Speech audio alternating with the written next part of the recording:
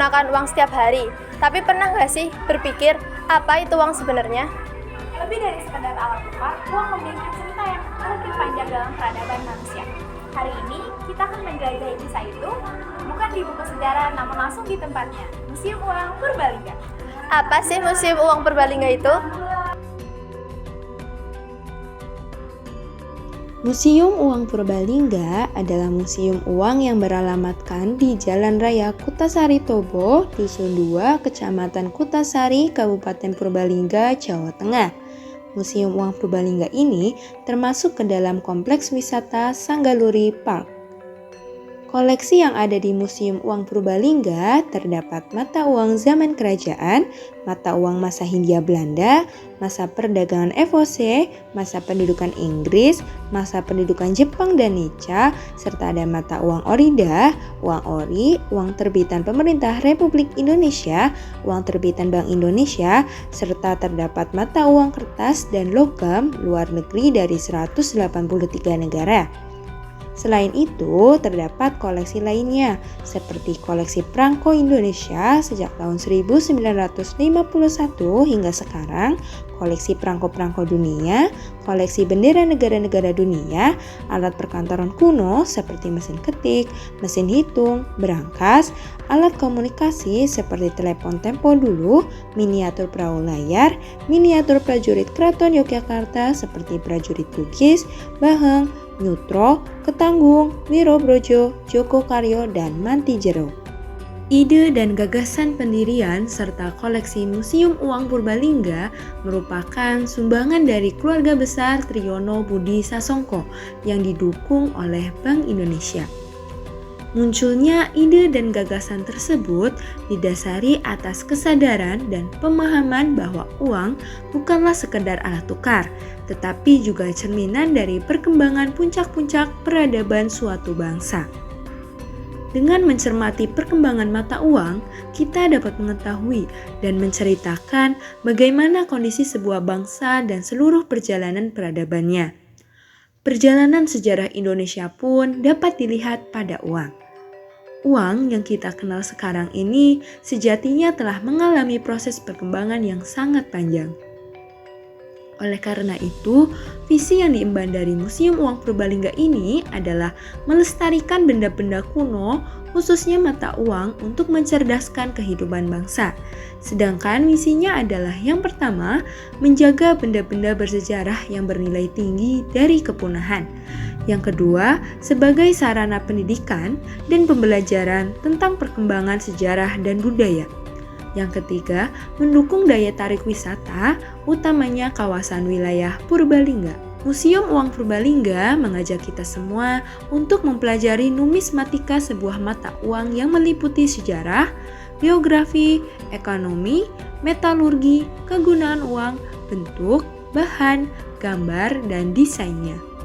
Di Museum Uang Purbalingga, kita dapat mencermati koleksi-koleksi mata uang, mulai dari zaman kerajaan hingga zaman Negara Kesatuan Republik Indonesia. Bahkan, di Museum Uang Purbalingga, kita dapat mencermati mata uang negara-negara di dunia. Sejarah uang memang berasal dari barang-barang sederhana seperti kerang ataupun manik-manik. Namun di sini kita akan mulai perjalanan dari koleksi-koleksi koin kuno yang pernah menjadi saksi berkembangnya sistem ekonomi di kerajaan-kerajaan Nusantara. Perjalanan konsep uang terus berlanjut. Dari benda-benda primitif, kita beralih ke sini. Koin-koin kuno dari berbagai kerajaan. Apa sih bedanya logam seperti emas, perak, dan perunggu lebih praktis? Mereka mudah dibawa, tidak mudah rusak, dan beratnya bisa diukur dengan presisi.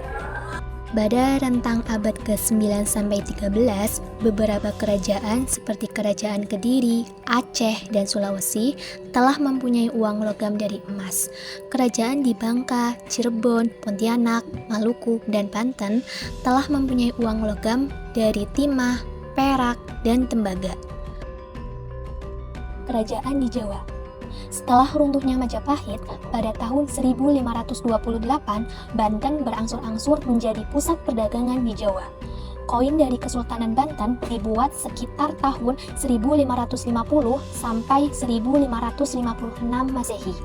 Bentuknya mengambil pola koin cash Cina, yaitu dengan lubang segi 6 di tengahnya. Inskripsi pada bagian muka pada mulanya dalam bahasa Jawa kuno Pangeran Retau, nama dari Sultan Banten. Koin dari Kesultanan Cirebon mengambil bentuk seperti pola koin cash Cina.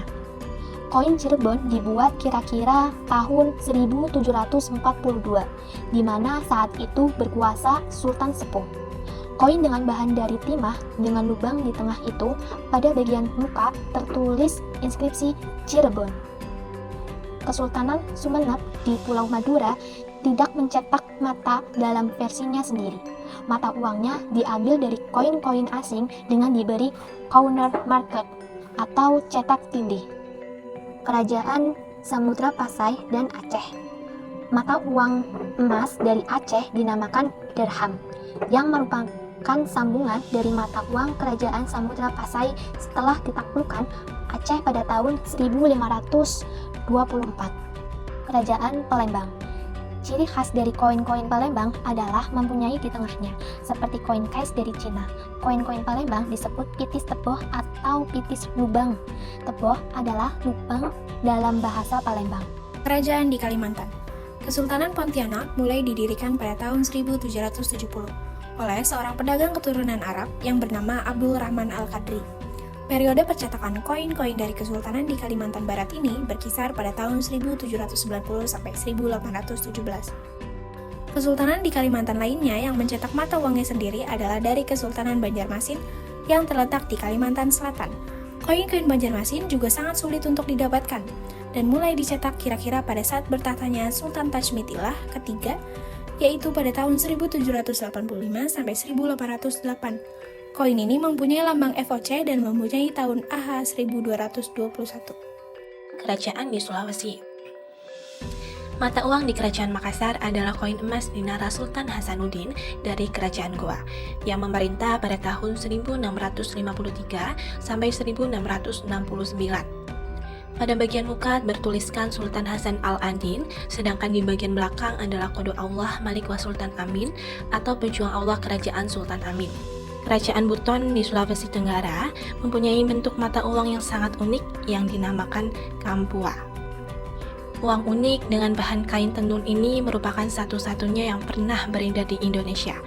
Menurut cerita rakyat Buton, kampua pertama kali diperkenalkan oleh Bulawa Bona, yaitu Ratu Kerajaan Buton yang kedua yang memerintah sekitar abad 15 setelah Ratu meninggal.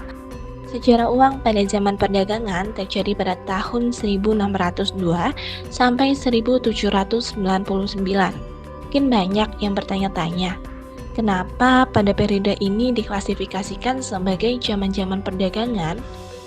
Apakah pada waktu itu hanya orang-orang Cina dan Belanda saja yang berdagang di Indonesia?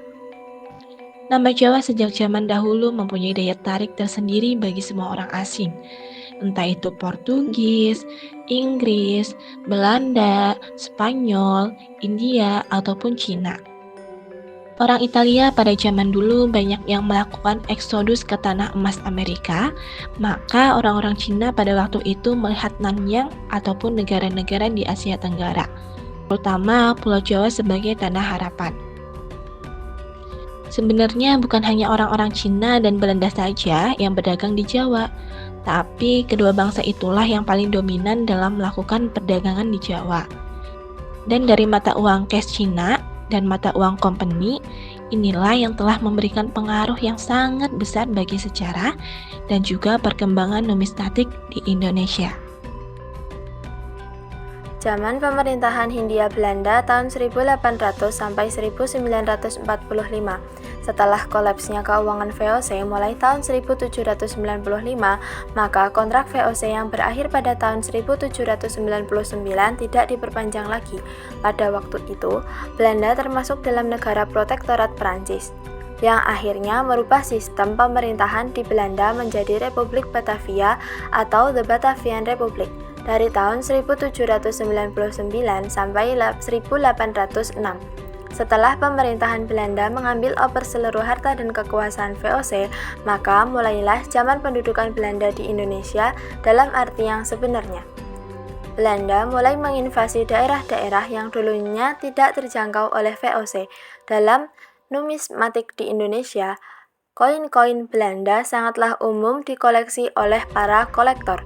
Koin-koin asli yang dicetak langsung dari negeri Belanda juga berlaku sah di negeri-negeri jajahan tersebut, seperti koin-koin dengan gambar wajah Raja-Raja William I, II, III, serta Ratu Wilhelmina. Pada masa pemerintahan Raja William I tahun 1815 sampai 1840, untuk negeri Hindia Belanda dicetak koin-koin perak dengan gambar William I dengan nominal 1/4, 1/2, dan 1 gulden. Selain itu, dicetak juga doit tembaga dengan lembaga pecahan kecil pada masa pemerintahan Raja William II tahun 1840 sampai 1849.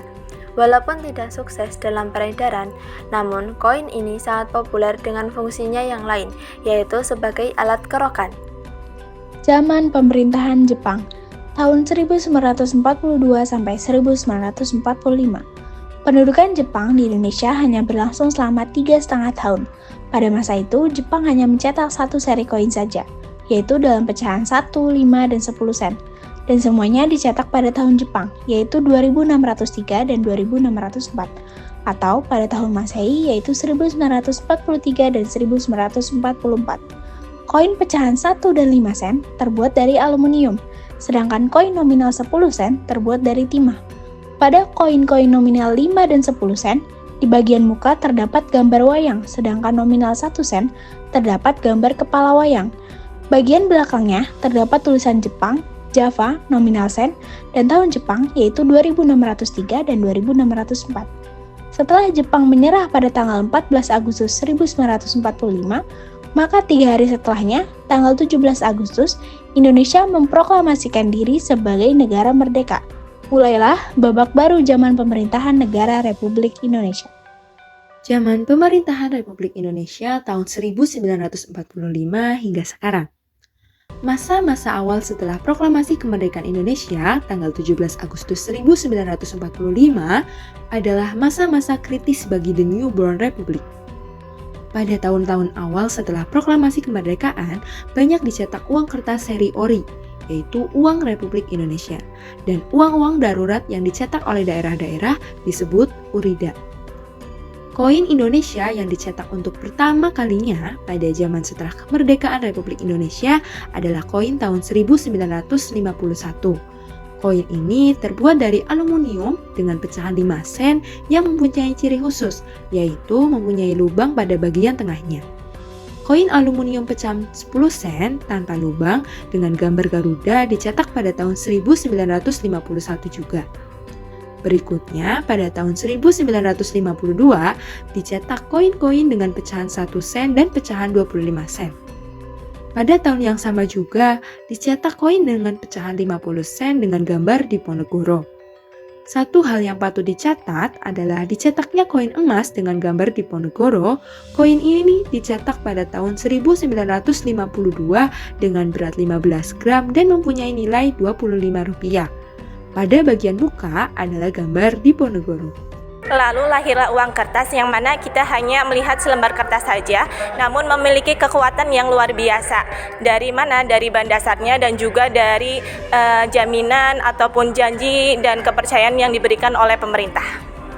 Ini adalah konsep uang fiat yang mana kita percaya bahwasannya selembar 100.000 ini bernilai 100.000 karena pemerintah ataupun negara menjaminnya. Uang kertas pula lebih efisien, aman dan juga mudah untuk dicetak dalam jumlah yang besar. Jadi, dari kerang primitif, koin-koin logam hingga uang kertas, kita bisa melihat evolusi yang luar biasa. Bahkan hari ini, kita bisa melihat perkembangan uang digital. Uang peringatan kemerdekaan 75 tahun Republik Indonesia. Yang pertama, mensyukuri kemerdekaan. Foto proklamator, Dr. H.C.I.R. Soekarno dan Dr. H.C. Dr. Andes Muhammad Hatta. Pengibaran bendera proklamasi kemerdekaan RI 17 Agustus 2025. Pencapaian pembangunan Indonesia, khususnya di bidang infrastruktur, melalui gambaran TL Trans Jawa, jembatan di Oteva Papua, dan moda raya terpadu MRT Jakarta. Yang kedua, memperteguh kebinekaan. Anak-anak menggunakan pakaian adat mewakili wilayah barat, tengah, timur di NKRI. Motif songket Sumatera Selatan, Batik Kawung Jawa, dan tenun geringsing Bali menggambarkan keanggunan, kebaikan, dan kesucian. Yang ketiga, menyongsong masa depan gemilang. Anak-anak Indonesia sebagai generasi penerus SDM unggul yang siap mewujudkan Indonesia Emas 2045. Peta Indonesia Emas pada bola dunia yang melambangkan peran strategis Indonesia dalam ranah global. Satelit merah putih sebagai jembatan komunikasi NKRI. Museum Uang Purbalingga ini bukan hanya tempat menyimpan benda-benda kuno. Ini adalah time capsule yang mengajarkan kita bahwa uang adalah cerminan peradaban, kepercayaan, dan bagaimana manusia berinteraksi satu sama lain. Jadi, lain kali Anda memegang uang, ingatlah Anda sedang memegang sebuah kisah yang sangat panjang.